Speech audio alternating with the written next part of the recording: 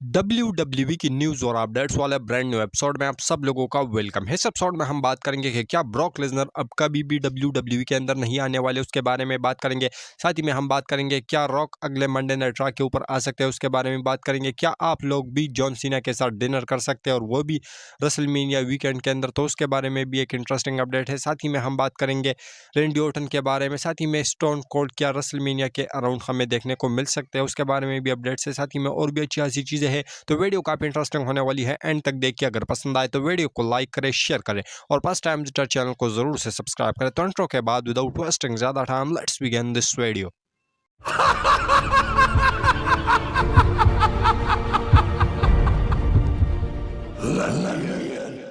तो सबसे पहले स्टार्ट करते हैं जे ऊसो के साथ में। तो जे ऊसो के बारे में कल मैंने आप लोगों को अपडेट बताई थी कि उसका जो ऑस्टिन थ्योरी के साथ मैच हुआ था, जहां पर उन्होंने ऑस्टिन थ्योरी को 1 मिनट के अराउंड जो है हराया था। तो ऐसे में इसके ऊपर कल मैंने आप लोगों को बताया था कि तकरीबन 12-13 हज़ार के अराउंड लाइक थे और उसके बाद तकरीबन 18-19 हज़ार के अराउंड डिसलाइक थे। लेकिन अभी वो लाइक्स जो है वो उतने ही है, 13,000 के अराउंड है, लेकिन जो डिसलाइक है वो 62,000 के अराउंड पहुंच चुके हैं। तो इससे आप लोग अंदाज़ा लगा सकते हो कि इस समय जो फैंस है वो जेउसो के ऊपर किस तरह टर्न कर चुके हैं। और साथ ही मैं आप लोगों को एक चीज़ और भी बताता चलूँ कि जो ऑस्टिन थ्योरी के साथ जेउसो का मैच हुआ, तो ये क्यों 1 मिनट का हुआ, तो आप लोगों को बताता चलूँ कि इसका रीज़न बताया जा रहा है अपडेट्स के अकॉर्डिंग के जॉन सीना का जो प्रोमो सेगमेंट था वो काफ़ी ज़्यादा लंबा हुआ, तो उसकी वजह से इस टाइम का जो टाइम है, इस मैच का जो टाइम है वो काटना पड़ा WWE को। तो इस वजह से हमें ये 1 मिनट का देखने को मिला, बल्कि ये ओरिजिनली WWE ने प्लान किया था 11 मिनट का। तो 10 मिनट्स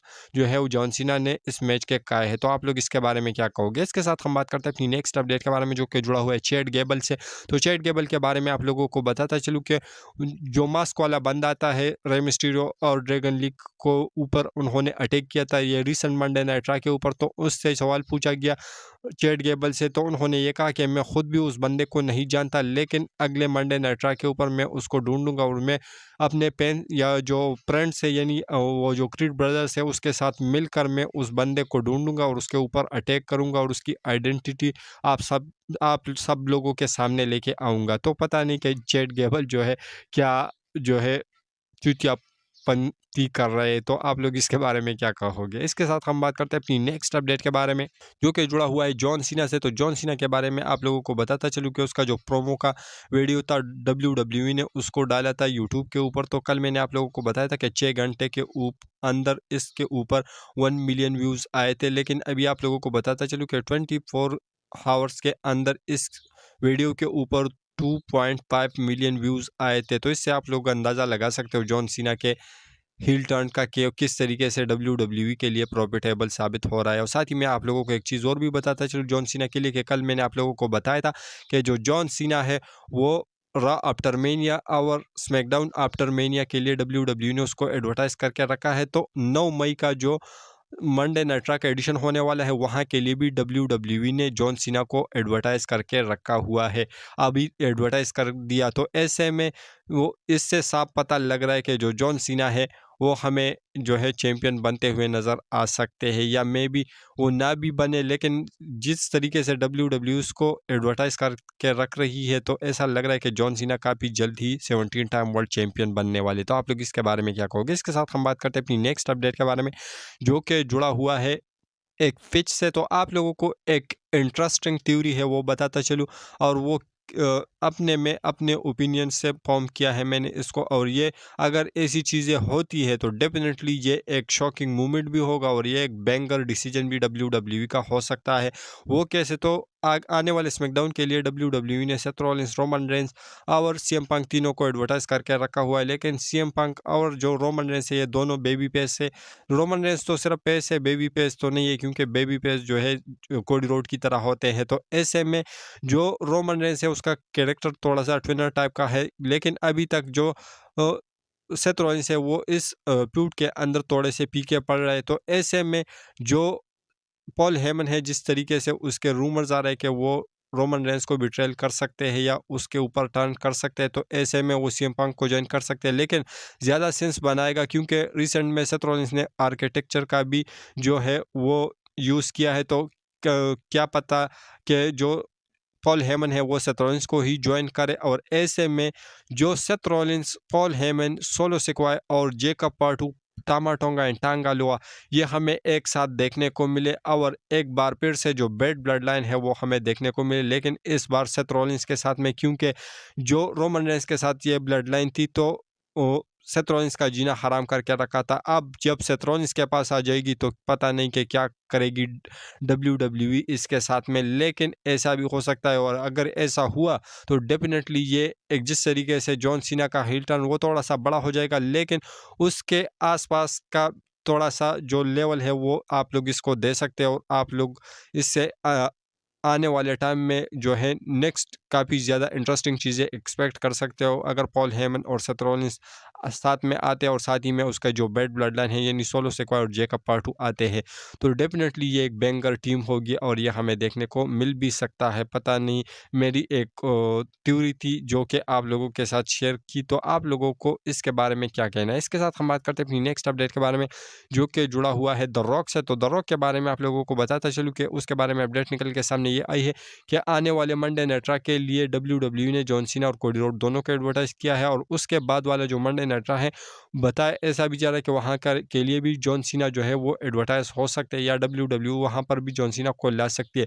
तो ऐसे में अपडेट्स का यही मानना है कि अगर आप लोगों को जो जॉन सीना है वो आने वाले मंडे नाइट के अंदर देखने को मिलेंगे और उसके बाद वाले मंडे नाइट के अंदर देखने को नहीं मिलेंगे, तो आप लोगों को आने वाले मंडे नाइट के अंदर द रॉक का रिटर्न देखने को मिलेगा, और वो भी जॉन सीना के साथ में।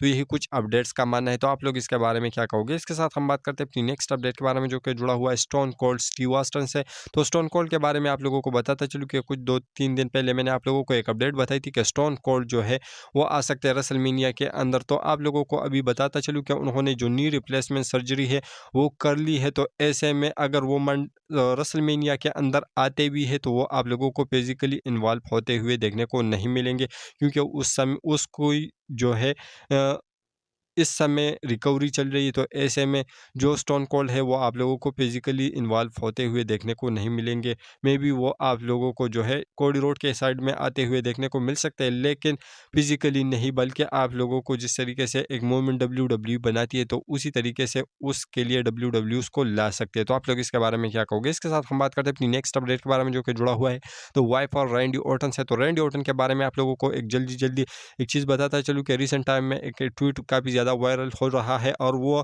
ये कि उसमें एक बंदा है जो लड़की से कह रहा है कि मुझे तुम्हारा नंबर चाहिए, और वो लड़की उसको नंबर नहीं दे रही। उन्होंने ट्वीट किया कि मैं तुम्हारे लिए बालू से भी लड़ सकता हूँ, और तुम्हारे लिए मैं 2009 के रैंडी ऑर्टन से भी लड़ सकता हूँ। और आप लोगों को पता है कि 2009 में जो रैंडी ऑर्टन का कैरेक्टर था वो किस लेवल का था। तो इस पर रिप्लाई करते हैं रैंडी ऑर्टन, और उन्होंने रिप्लाई करके ये कहा है कि वो लड़की को कहा है कि, और उस बंदे के ट्वीट को टैग करके ये लिखा है कि इससे अच्छा बंदा आप लोगों को कभी नहीं देखने को मिलेगा। यानी उस लड़की को कहता है कि आपको जो है इससे अच्छा जो बंदा है वो कभी भी नहीं मिलेगा ज़िंदगी के अंदर, क्योंकि ये रैंडी ऑर्टन से भी लड़ने को तैयार है, जो कि इसको पता है कि वो किस लेवल का था। तो इस ट्वीट के ऊपर तकरीबन 3-4 घंटे के अराउंड जो है 4 लाख के अराउंड लाइक्स थे। तो इससे आप लोग अंदाज़ा लगा सकते हो कि किस लेवल का वायरल ट्वीट गया है। तो आप लोग इसके बारे में क्या कहोगे। इसके साथ हम बात करते हैं अपनी नेक्स्ट और फाइनल अपडेट के बारे में जो कि जुड़ा हुआ है the beast incarnate Brock Lesnar से। तो ब्रॉक लेसनर के बारे में आप लोगों को बताता चलूँ कि जो ब्रॉक लेसनर है वो क्या अब WWE के अंदर कभी भी नहीं आने वाले। तो इसके ऊपर एक रेसलिंग एनालिस्ट है, उन्होंने एक जो है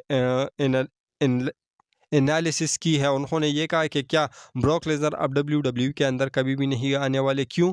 क्योंकि Brock Lesnar usually WWE superstar क्या करते हैं कि या तो पैसों के लिए WWE के अंदर आते हैं या वो शौक के लिए आते हैं। लेकिन अगर आप लोगों को बता दूं कि ब्रॉक लेसनर ने WWE के अंदर कदम सिर्फ पैसों के लिए ही रखा था, क्योंकि 2020 के अंदर वो रिटायर हुए थे, और उसके बाद जो विंस मैकमैन थे उन्होंने जो है उसको पैसे देकर वापस बुलाया था, और ज़बरदस्ती से वो उसको लेके आए थे और जितने पैसे ब्रॉक लेसनर मांग रहे थे तो उतने से ही उन्होंने उसको उसके सामने पेंग किया और ब्रॉक लेसनर को लेके आए। तो ऐसे में 2022 के अंदर जब विंस मैकमैन के सारे कांड निकल के सामने आए तो उसी टाइम पर स्मैकडाउन के बैक स्टेज से वो चले गए थे और विंस मैकमैन ने जब अपनी रिटायरमेंट की अनाउंसमेंट की तो ब्रॉक लेसनर वहाँ से चले गए थे। तो ऐसे में इस एनालिस्ट का यही मानना है कि जो ब्रॉक लेसनर है अब उसके पास पैसा भी काफ़ी ज़्यादा है, शौक तो उसको है नहीं, तो ऐसे में वो कभी भी आप लोगों को WWE के अंदर देखने को नहीं मिल सकते। और जाते जाते आप लोगों को